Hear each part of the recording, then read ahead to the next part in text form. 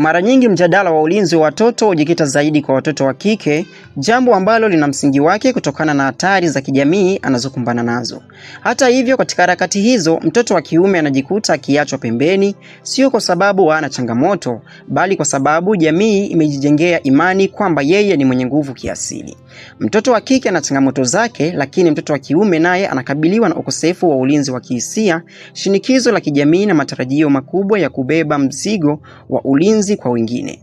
Tangu akiwa mdogo anafundishwa kuficha hisia, kutolia na kuvumilia kimya kimya. Maumivu yake hayapewi nafasi ya kusikilizwa kwa sababu jamii inamuona kama mlinzi na sio mtu anayehitaji kulindwa.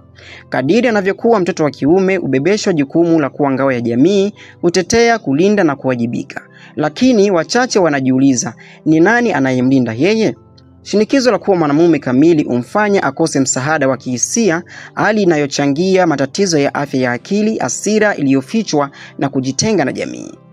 Hii haimaanishi kupuuza changamoto za watoto wa kike, bali ni wito wa kupanua mjadala wa ulinzi ili uwajumuishe watoto wote. Usawa wa kijinsia hupatikani kwa kulinda jinsia moja na huku nyingine ikiachwa jitegemee kihisia na kijamii. Jamii yenye haki ni hili inayotambua kwamba kila mtoto wa kiume na wa kike ana haki ya kulindwa, kusikilizwa na kupewa nafasi salama ya kukua.